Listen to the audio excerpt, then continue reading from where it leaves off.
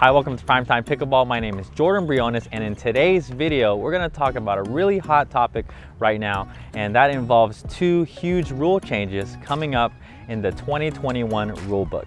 Let's jump right in.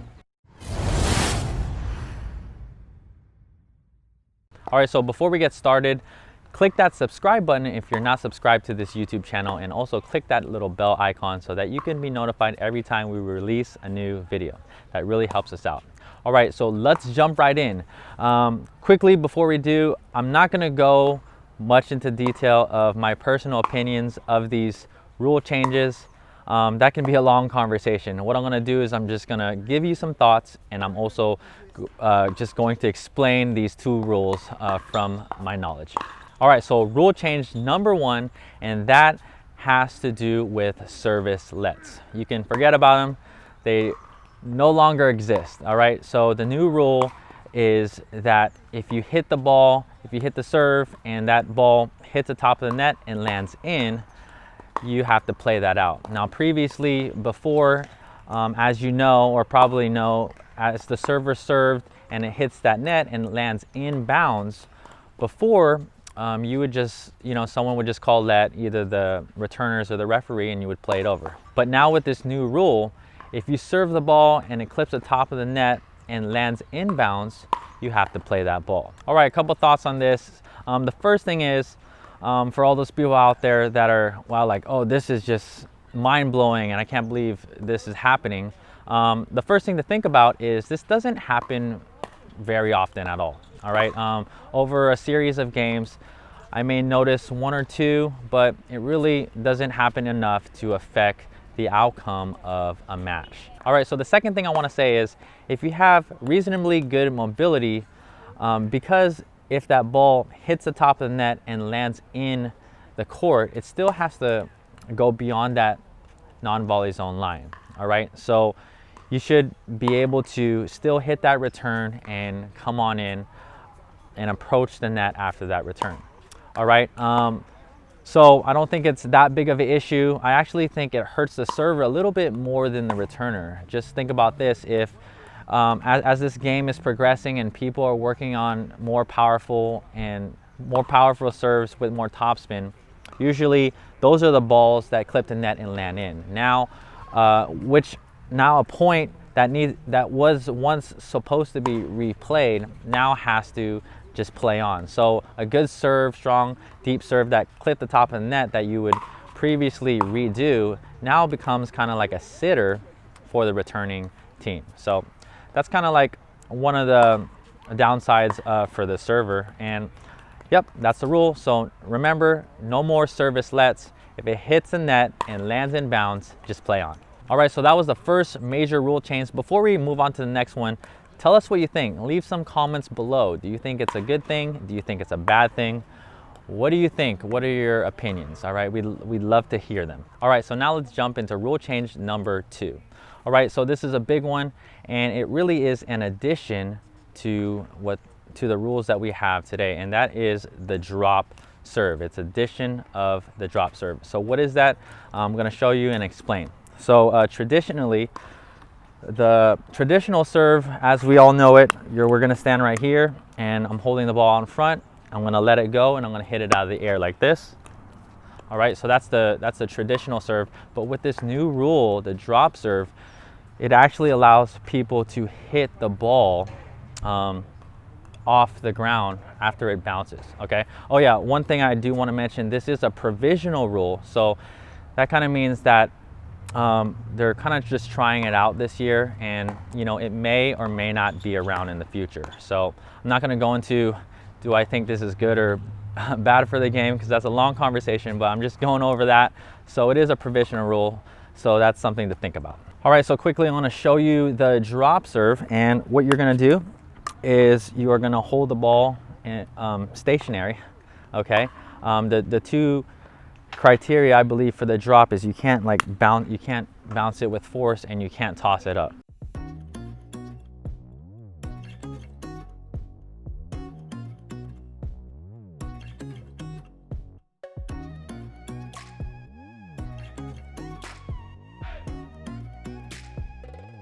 you can actually, one thing you can do is actually, you could drop it as high as you want. You can actually drop it from above your head and then hit it.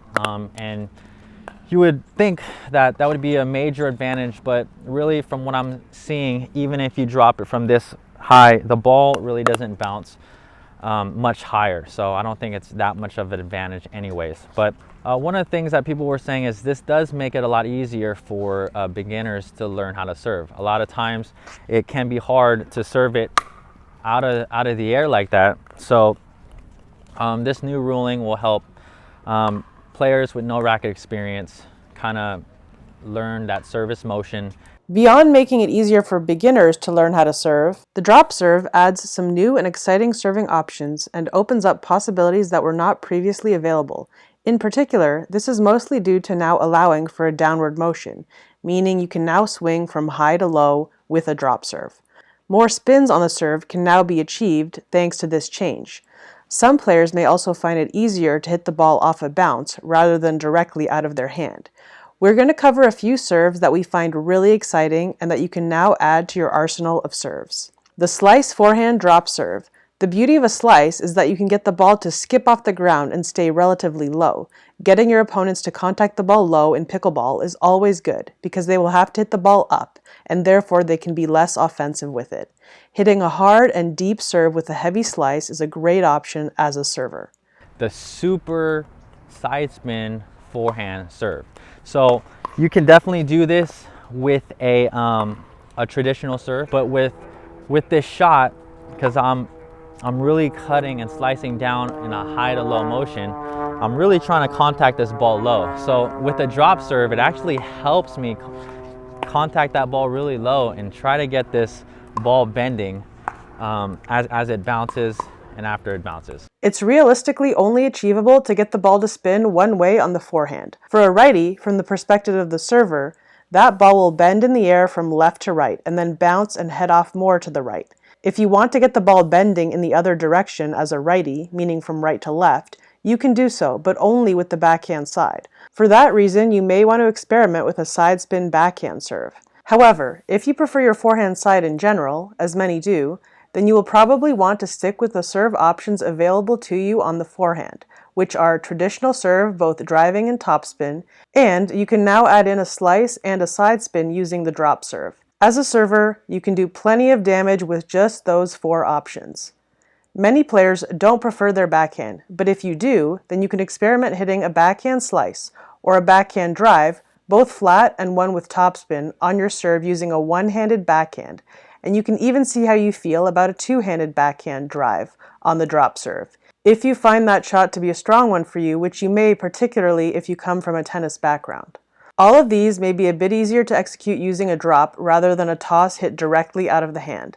Many find that tossing and hitting directly out of the air from your hand on the backhand side is awkward and difficult.